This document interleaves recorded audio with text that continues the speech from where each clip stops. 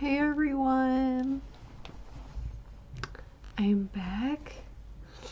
Okay, it's literally been a year since I actually recorded the last video, but I just uploaded them. I'm uploading them right now. So, we finished chapter 2 of Caliban and the Witch by Silvia Federici. Women, the Body, and Primitive Accumulation.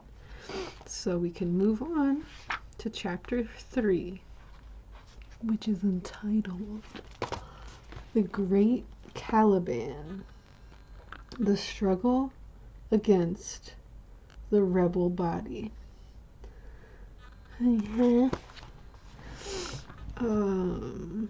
Let's see. Here's a woodcut.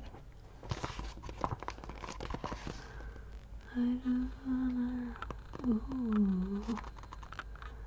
Some focus in there really quick for 1 second. Title page of Andreas Vesalius's De Humani Corporis Fabrica, Padua, 1543. The triumph of the male upper-class patriarchal order through the constitution of the new anatomical theater could not be more complete. Of the woman dissected, okay, that's what's going on here, and delivered to the public gaze, the author tells us that in fear of being hanged, she had declared herself pregnant, but after it was discovered that she was not, she was hung. The female figure in the back, perhaps a prostitute or midwife, lowers her eyes, possibly ashamed in front of the obscenity of the scene and its implicit violence. Okay, I didn't even look at it, but now I see, yeah, that's some fuck shit, man. That's, okay. Alright, let's get into it. Okay. So, some quotes. Oh my god. Hobbes' Leviathan. I'm supposed to be reading that for school. Life is but a motion of limbs. For what is the heart but a spring, and the nerves but so many strings, and the joints but so many wheels giving motion to the whole body? Hobbes' Leviathan, 1650. Yet I will be a more noble creature, and at the very time when my natural necessities debase me into the condition of the beast, my spirit shall rise, and soar and fly up toward the employment of the angels. Cotton Mather, Diary, 1680 to 1708. Take some pity on me, for my friends is very poor, and my mother is very sick, and I am to die next Wednesday morning. So I hope you will be so good as to give my friends a small trifle of money to pay for a coffin and a shroud, for to take my body away from the tree in that I am to die on. And don't be faint-hearted, so I hope you will take it into consideration of my poor body. Consider if it was your own case, you would be willing to have your body saved from the surgeons.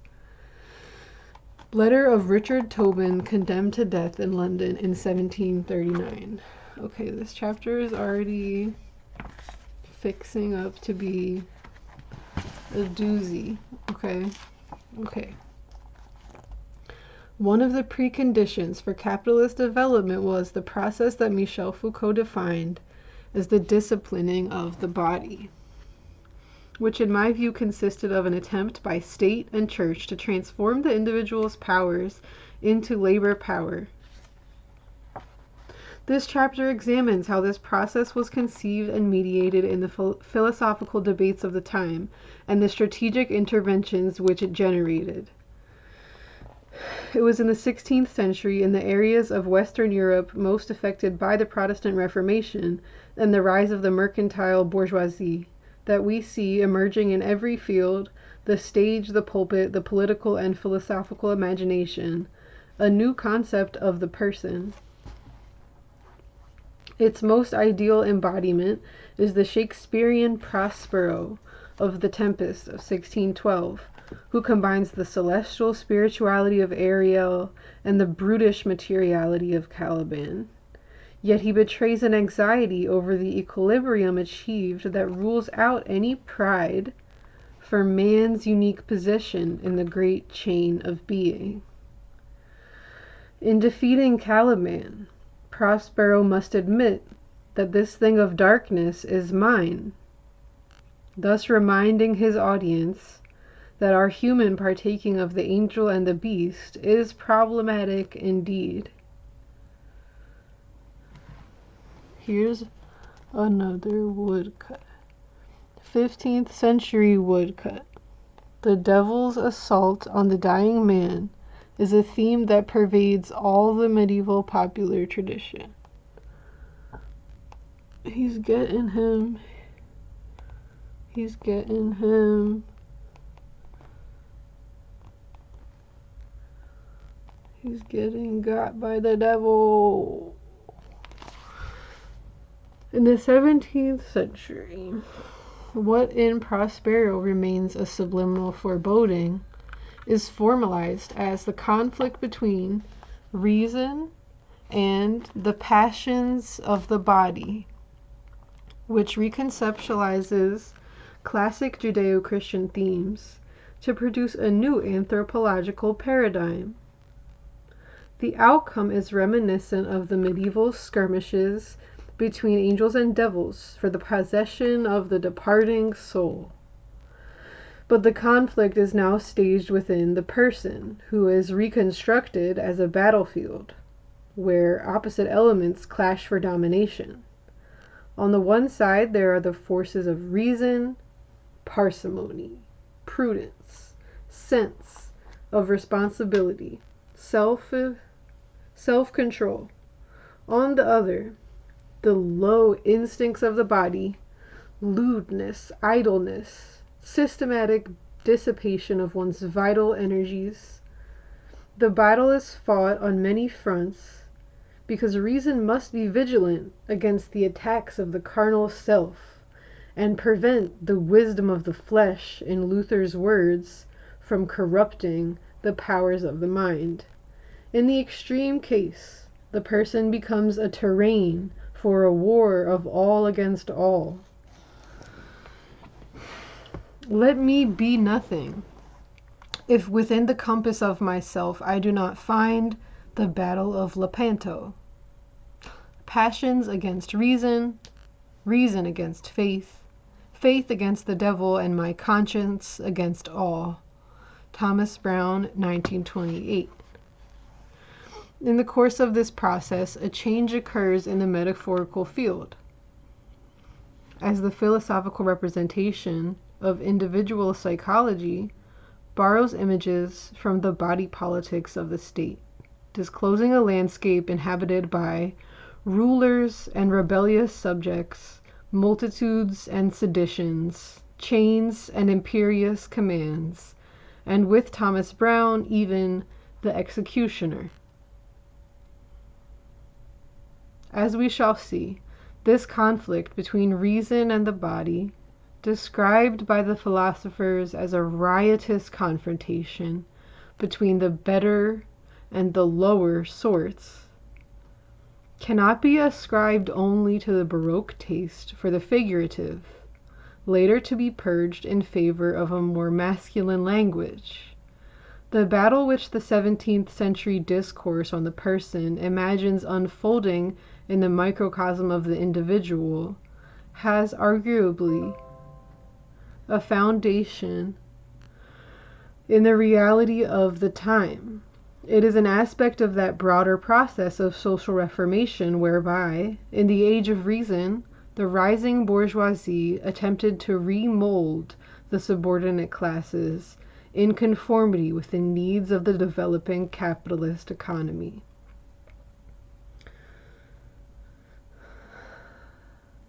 It was in the attempt to form a new type of individual that the bourgeoisie engaged in that battle against the body that has become its historic mark. According to Max Weber, the reform of the body is at the core of the bourgeois ethic because capitalism makes acquisition the ultimate purpose of life, instead of treating it as a means for the satisfaction of our needs.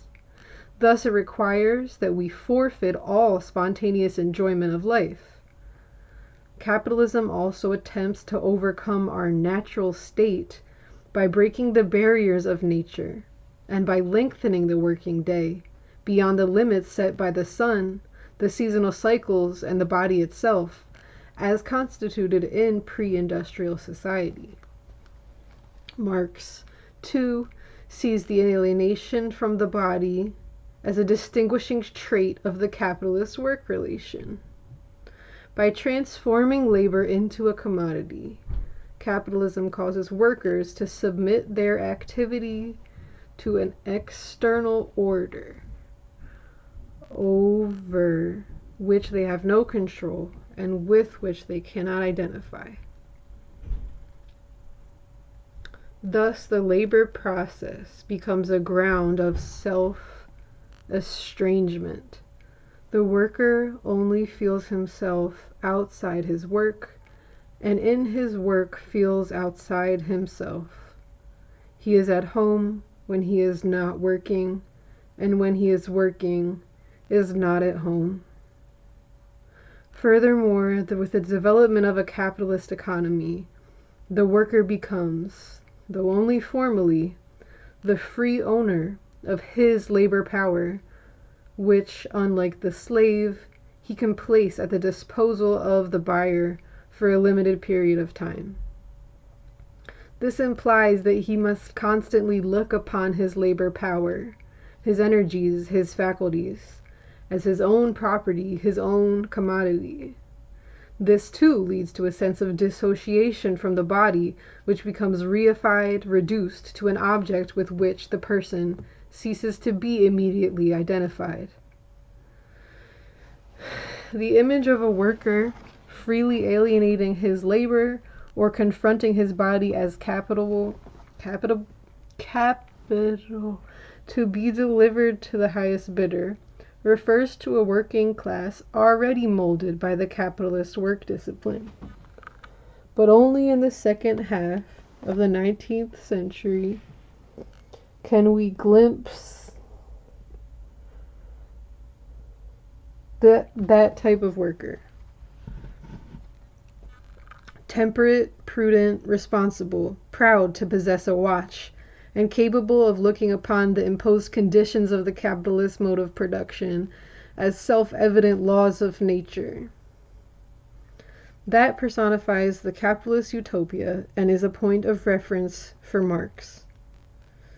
The situation was radically different in the period of primitive accumulation, when the emerging bourgeoisie discovered that the liberation of labor power, that is, the expropriation of the peasantry from the common lands, was not sufficient to force the dispossessed proletarians to accept wage labor. Unlike Milton's Adam, who, upon being expelled from the Garden of Eden, set forth cheerfully for a life dedicated to work, the expropriated peasants and artisans did not peacefully agree to work for a wage. More often they became beggars, vagabonds, or criminals. A long process would be required to produce a disciplined work life. In the 16th and 17th centuries, the hatred for wage labor was so intense that many proletarians preferred to risk the gallows rather than submit to the new conditions of work. This was the first capitalist crisis, one far more serious than all the commercial crises that threatened the foundations of the capitalist system in the first phase of its development. As is well known, the response of the bourgeoisie was the institution of a true regime of terror, implemented through the intensification of penalties, particularly those punishing the crimes against property, the introduction of bloody laws against vagabonds, intended to bind workers to the jobs imposed on them, as once the serfs had been bound to the land, and the multiplication of executions. In England alone, 72,000 people were hung by Henry VIII during the 38 years of his reign, and the massacre continued into the late 16th century. In the 1570s, 300 to 400 rogues were devoured by the gallows in one place or another every year. In Devon alone, 74 people were hanged just in 1598. But the violence of, they still just kill people, okay. But the violence of the ruling class was not confined to the repression of transgressors. It also aimed at a radical transformation of the person, intended to eradicate in the proletariat any form of behavior not conducive to the imposition of a stricter work discipline.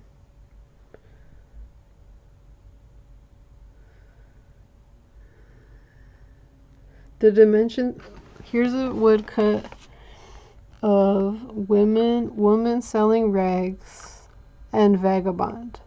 The expropriated peasants and artisans did not peacefully agree to work for a wage. More often they became beggars, vagabonds, or criminals.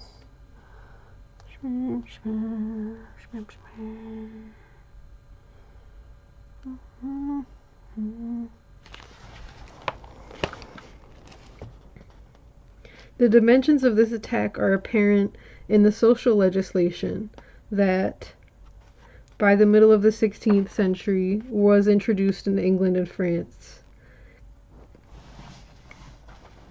Games were forbidden, particularly games of chance that, besides being useless, undermined the individual's sense of responsibility and work ethic. Taverns were closed along with public baths. Nakedness was penalized, as were many other unproductive forms of sexuality and sociality.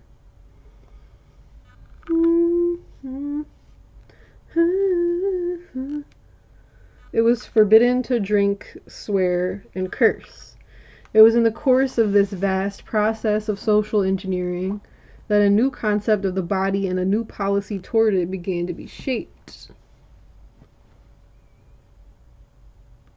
The novelty was that the body was attacked as the source of all evils, and yet it was studied with the same passion that in the same years animated the investigation of celestial motion. Why was the body so central to state politics and intellectual discourse? One is tempted to answer that this obsession with the body reflects the fear that the proletariat inspired in the ruling class. Gang, gang. It was the fear felt by the bourgeois or the noblemen alike, who, wherever they went, in the streets or on their travels, were besieged by a threatening crowd begging them or preparing to rob them. It was also the fear felt by those who presided over the administration of the state, whose consolidation was continuously undermined but also determined by the threat of riots and social disorders. Yet there was more. We must not forget that the beggarly and riotous proletariat, who forced the rich to travel by carriage to escape its assaults, or to go to bed with 2 pistols under the pillow, was the same social subject who increasingly appeared as the source of all wealth. It was the same of whom the mercantilists, the first economists of capitalist society, never tired of repeating, though not without second thoughts, that the more the better, often deploring that so many bodies were wasted on the gallows. Many decades were to pass before the concept of the value of labor entered the pantheon of economic thought, but that work, industry, more than land or any other natural wealth, is the primary source of accumulation, was a truth well understood at a time when the low level of technological development made human beings the most important productive resource. As Thomas Munn, the son of a London merchant and spokesman for the mercantilist position, put it, "We know that our own natural wares do not yield us so much profit as our industry, for iron in the mines is of no great worth, when it is compared with the employment and advantage it yields, being digged, tried, transported, bought, sold, cast into ordnance, muskets, wrought into anchors, bolts, spikes, nails, and the like, for the use of ships, houses, carts, coaches, plows, and other instruments for tillage." Even Shakespeare's Prospero insists on this crucial economic fact in a little speech on the value of labor, which he delivers to Miranda after she manifests her utter disgust with Caliban. "But as 'tis, we cannot miss him. He does make our fire, fetch in our wood, and serves in office that profit us." The body then came to the foreground of social policies, because it appeared not only as a beast inert to the stimuli of work, but also as the container of labor power, a means of production, the primary work machine. Yo, this is long as hell. This is why in the strategies adopted by the state toward it, we find much violence. Yo, where's the break? Hold up. We find much violence, but also much interest, and the study of bodily motions and properties. Oh my fucking god. How much did I read already? Yo. Okay, well, I'll do like 10 more minutes.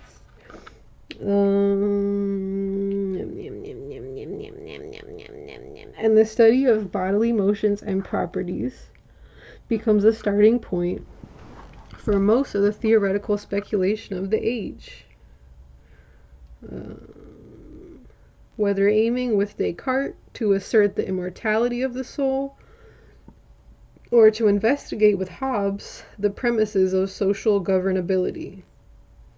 But they still always start with the body. Indeed, one of the central concerns of the new mechanical philosophy was the mechanics of the body, whose constitutive elements, from the circulation of the blood to the dynamics of speech, from the effects of sensations to voluntary and involuntary motions, were taken apart and classified in all their components and possibilities.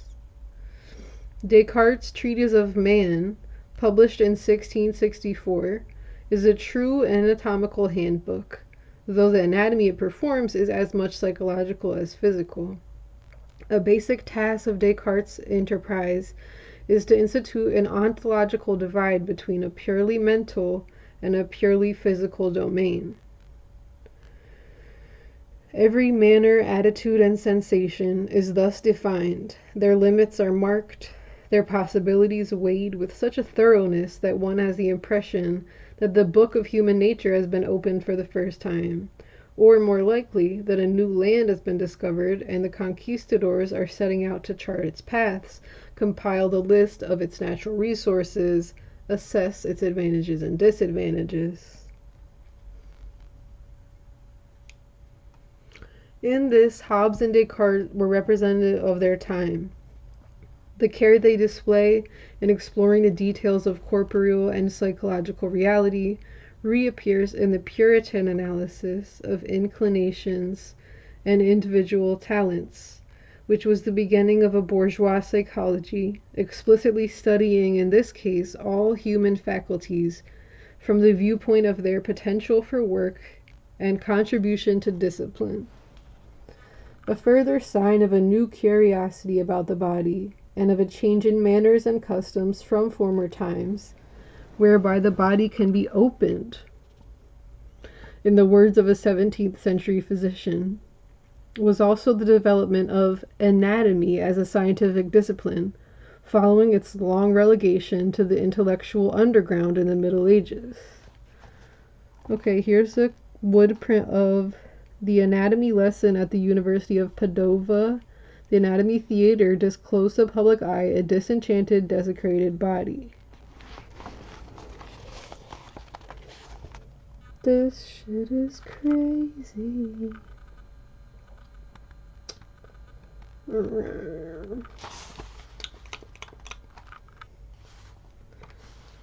But while the body emerged as the main protagonist in the philosophical and medical scenes, a striking feature of these investigations is the degraded conception they formed of it. The anatomy theater discloses to the public eye a disenchanted, desecrated body, which only in principle can be conceived as the site of the soul, but actually is treated as a separate reality.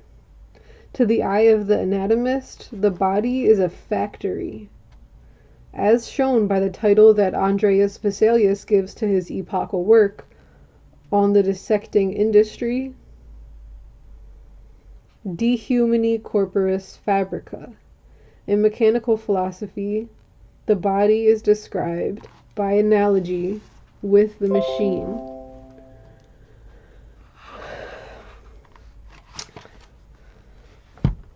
Often with emphasis on its inertia. The body is conceived as brute matter, wholly divorced from any rational qualities. It does not know, does not want, does not feel. The body is a pure collection of members, Descartes claims in his 1634 Discourse on Method. He is echoed by Nicolas Malebranche, who, in the Dialogues on Metaphysics and on Religion, raises the crucial question, can a body think? To promptly answer, no. Beyond a doubt, for all the modifications of such an extension consist only in certain relations of distance, and it is obvious that such relations are not perceptions, reasonings, pleasures, desires, feelings, in a word, thoughts. For Hobbes as well, the body is a conglomerate of mechanical motions that, lacking autonomous power, operates on the basis of an external causation, in a play of attractions and aversions, where everything is regulated, as in an automaton. It is true, however, of mechanical philosophy, what Michel Foucault maintains with regard to the 17th and 18th century social disciplines.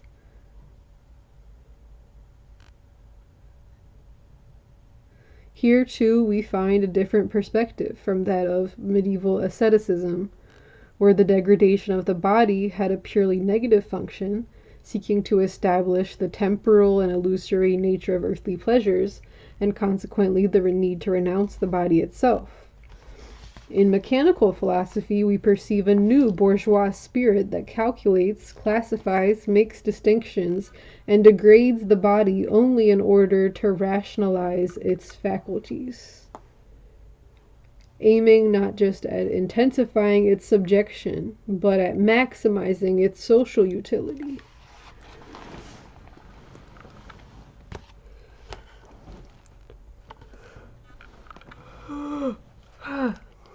Far from renouncing the body, mechanical theorists seek to conceptualize it in ways that make its operations intelligible and controllable.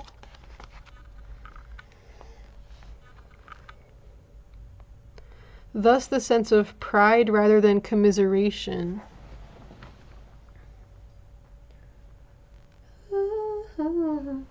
with which Descartes insists that this machine, as he persistently calls the body in the Treatise of Man, is just an automaton,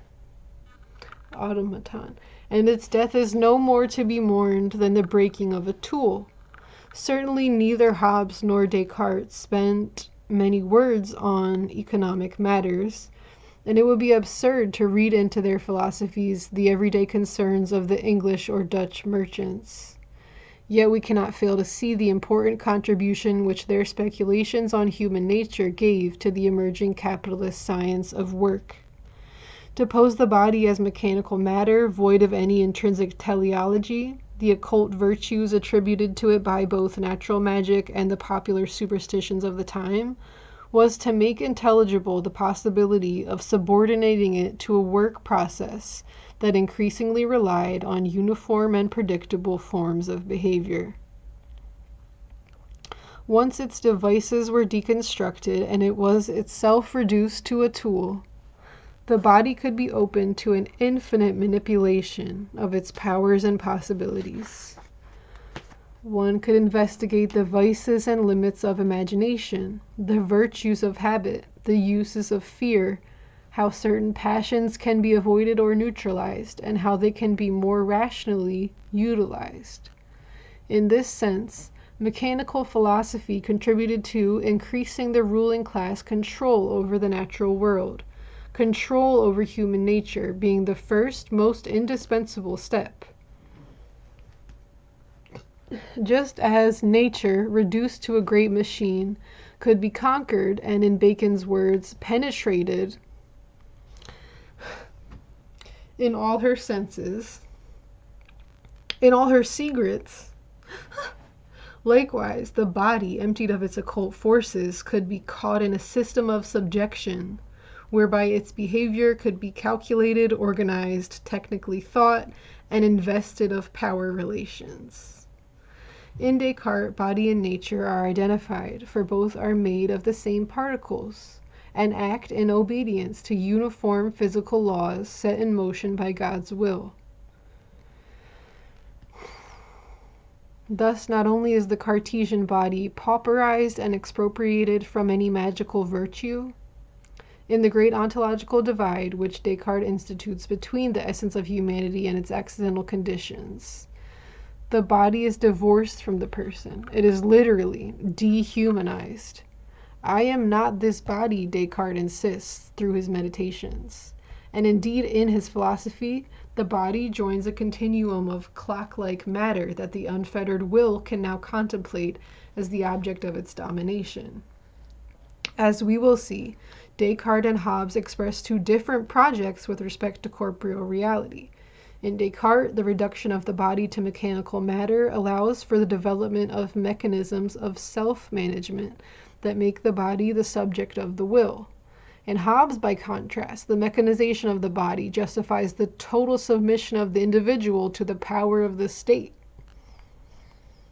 In both, however, the outcome is a redefinition of bodily attributes that makes the body, ideally at least, suited for the regularity and automatism demanded by the capital work discipline, capitalist. I emphasize ideally because, in the years in which Descartes and Hobbes were writing their treatises, the ruling class had to confront a corporeality that was far different from that appearing in their prefigurations. It is difficult, in fact, to reconcile the insubordinate bodies that haunt the social literature of the Iron Century with the clock-like images by which the body is represented in Descartes and Hobbes' works.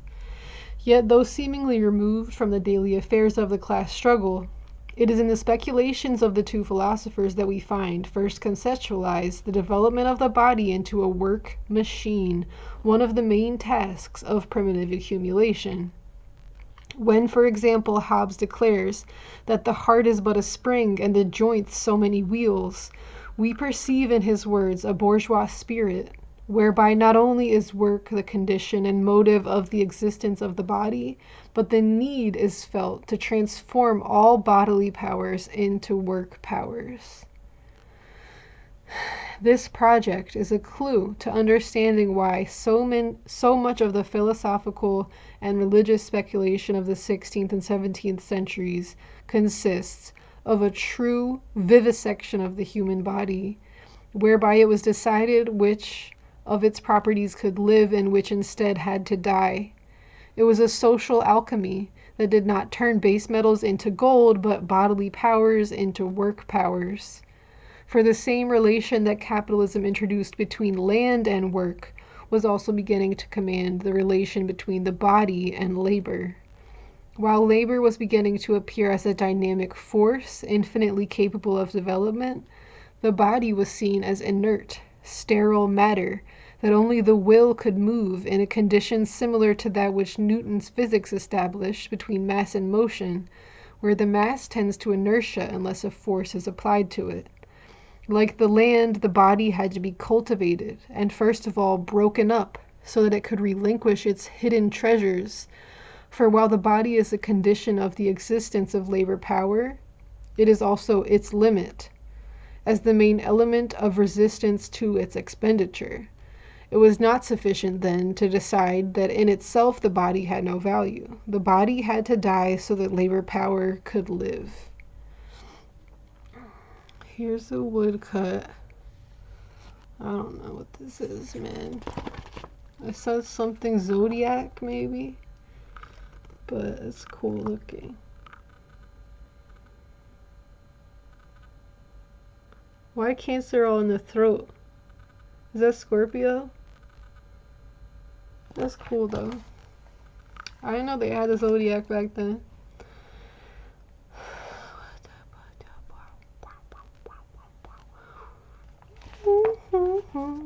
What died was the concept of the body as a receptacle of magical powers that had prevailed in the medieval world. In reality, it was destroyed. For in the background of this new philosophy, we find a vast initiative by the state, whereby what the philosophers classified as irrational was branded as crime. This state intervention was the necessary subtext of mechanical philosophy. Knowledge can only become power if it can enforce its prescriptions. This means that the mechanical body, the body machine, could not have become a model of social behavior without the destruction by the state of a vast range of pre-capitalist beliefs, practices, and social subjects whose existence contradicted the regularization of corporal behavior promised by mechanical philosophy. This is why, at the peak of the Age of Reason, the age of skepticism and methodical doubt, we have a ferocious attack on the body, well supported by many who subscribe to the new doctrine. This is how we must read the attack against witchcraft and against the magical view of the world, which, despite the efforts of the Church, had continued to prevail on a popular level through the Middle Ages. At the basis of magic was an animistic conception of nature that did not admit to any separation between matter and spirit, and thus imagined the cosmos as a living organism populated by occult forces, where every element was in sympathetic relation with the rest. In this perspective, where nature was viewed as a universe of signs and signatures, marking invisible affinities that had to be deciphered, every element, herbs, plants, metals, and most of all the human body, hid virtues and powers peculiar to it. Thus, a variety of practices were designed to appropriate the secrets of nature and bend its powers to the human will. From palmistry to divination, from the use of charms to sympathetic healing, magic opened a vast number of possibilities. There was magic designed to win card games, to play unknown instruments, to become invisible, to win somebody's love, to gain immunity in war, to make children sleep. Eradicating these practices was a necessary condition for the capitalist rationalization of work.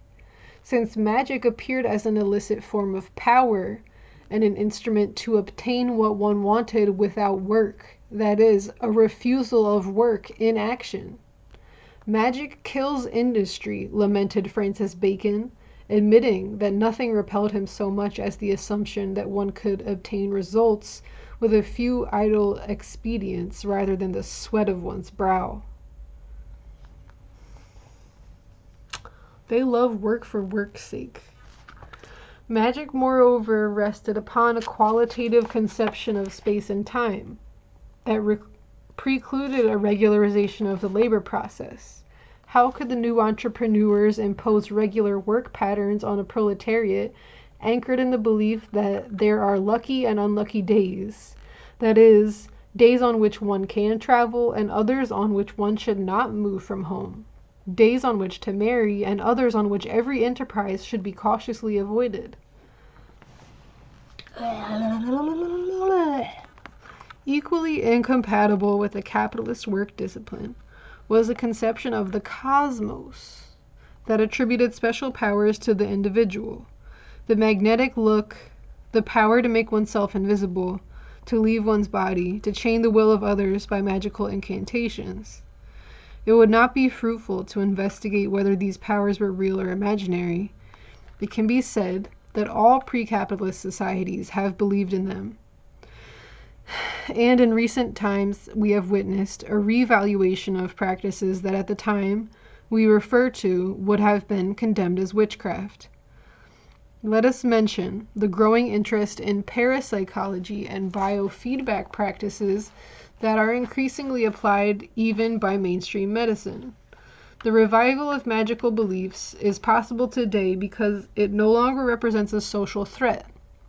The mechanization of the body is so constitutive of the individual that, at least in industrialized countries, giving space to the belief in occult forces does not jeopardize the regularity of social behavior. Astrology, too, can be allowed to return, with the certainty that even the most devoted consumer of astral charts will automatically consult the watch before going to work.